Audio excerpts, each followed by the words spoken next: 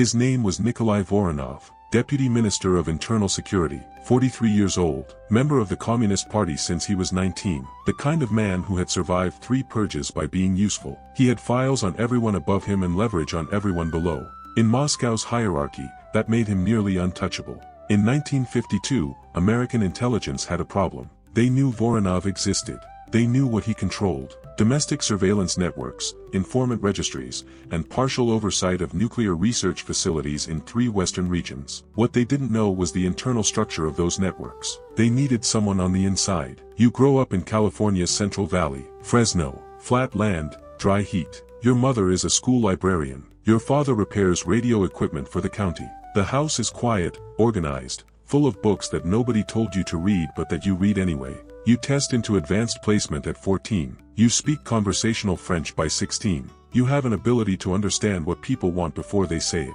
To read the temperature of a room the moment you walk in. To know, instinctively, who holds the power and who only thinks they do. You take a clerical position at a university administration office in Washington, D.C. after 2 years of college. Practical decision. The kind you make when you're 20 and the future feels less like a destination and more like a series of small survivable choices. You file documents. You answer phones. You learn the rhythms of a bureaucracy. In the summer of 1950, a woman named Helen Calder sits across from you in an unremarkable office on a floor most of your colleagues have never visited. She orders 2 coffees. She asks you questions that seem unrelated to anything important. Your languages, your family, your opinion on things that don't appear to connect. At the end of the meeting, she leaves a card with a phone number. You call it 3 days later. What follows is 18 months you will never fully describe to anyone. Language immersion, cultural conditioning, behavioral architecture. You study how Soviet officials move through rooms, how they address subordinates versus superiors, what they fear, what they need, and, most importantly, the distance between what a man says out loud and what he means when the state is always listening. You learn to be forgettable in rooms where you need to be forgettable, and magnetic in rooms where that serves the mission better. You learn that most people, regardless of ideology or rank or political allegiance, want the same small things. To be seen, to be heard, to feel, for a moment, that the weight they carry is known by someone else. By the time you're 24, you can walk into a room full of Soviet officials and seem like you belong there. That is the entire point. To understand what you've been sent to do, you need to understand Voronov. He rose through the Soviet bureaucracy on discipline and paranoia in equal measure. He trusted no one completely, which was wise. He also believed, privately, that the system he served was beginning to rot from the center outward. He had a wife, Tatiana, in Moscow, 2 sons, a dacha outside the city he visited on alternating Sundays. He worked 14-hour days and drank Georgian wine in the evenings, always alone, always in his office, window cracked regardless of the temperature outside. His staff called him the accountant behind his back, because he kept track of everything, every favor, every debt, every small betrayal. He was also, according to every intelligence assessment written about him, profoundly isolated. He had power with no one to trust it with. He had information and no one safe to share it with. He had spent 2 decades in a system that rewarded concealment so thoroughly that genuine human connection had become, for him, something like a theoretical concept. Intelligence understood something then that rarely makes it into history books. The most exploitable vulnerability in any person is the need to be understood by someone. That is the door. You have been trained to walk through it. You enter his orbit through a cultural exchange delegation in Vienna in the spring of 1952. These events are carefully constructed theaters, Soviet officials, Western academics, musicians, journalists, supervised on both sides, photographed constantly. Your cover is a research assistant attached to a Franco-American music conservancy. Unremarkable, forgettable, exactly right. You do not approach Voronov. You make him approach you. The method is patience and precision. You position yourself in rooms he occupies. You are always mid-conversation with someone else when he enters. You never look in his direction for longer than a moment. You are fluent enough in Russian to catch the small things he mutters under his breath. Dry observations, half-formed criticisms of the evening's program, and you respond to them naturally, almost accidentally, as though you hadn't quite registered you were responding at all. It takes 11 days. On the 12th, he asks your name. He does not give up information immediately. That is not how it works, and you know that going in.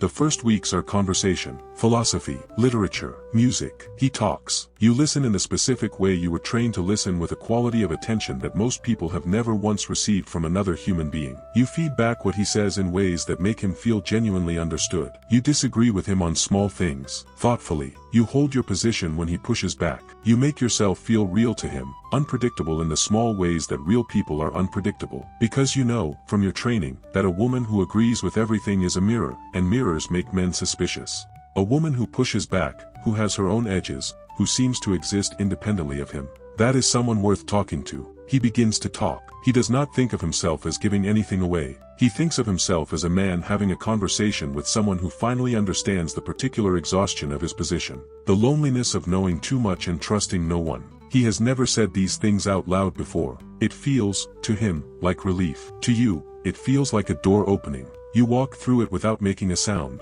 Over 14 months, across 4 separate meetings in 3 different cities, Voronov provides intelligence that American analysts later describe as among the most operationally significant of the decade. He confirms the structure of domestic informant networks across 6 Soviet republics. He provides partial communication protocols for internal security channels. He identifies 3 high-ranking officials already suspected of ideological deviation, men who will later become central figures in the political reorganization that follows Stalin's death. He never knows he is being handled. He believes he has found someone who understands him. He has found someone who was specifically constructed, trained, positioned, deployed, to appear to understand him. The distance between those two things is the entire architecture of what you have built. By late 1953, Voronov's position within the Soviet hierarchy begins to weaken. The intelligence you have extracted reaches people who use it carefully, over years, to redirect policy, to cast doubt on certain officials, to introduce slow fractures into channels that depend on absolute internal certainty to function. He is not exposed or arrested. He is simply made irrelevant. He can feel it happening. He cannot find the source. He retires in 1955. He dies in 1961. He never suspects you. You leave Vienna on a Tuesday in the autumn of 1953.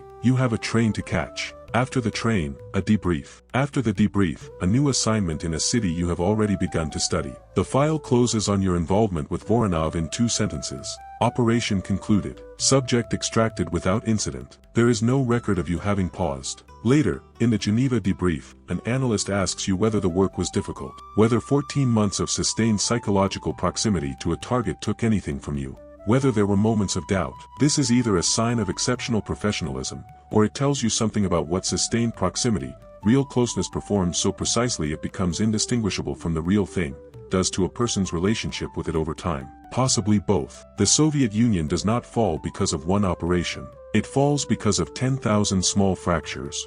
In its economy, in its ideology, in the trust between its institutions and the people who maintain them. Intelligence operations like this one are part of that pressure. You appear in 3 declassified documents, 2 academic footnotes, and 1 paragraph of a 1998 intelligence history that describes you, without elaboration, as highly effective. There is no statue, no film, no public record of what the work cost you or what you left behind to do it. What the record does show is that by the time Voronov quietly retired to a smaller apartment in Moscow, you were already in another city, studying the habits of another man, learning the particular shape of his loneliness, finding the door. Every city you walked through, every name you learned, every man who felt, for the first and possibly only time, that someone truly understood him, all of it was deliberate. All of it was architecture.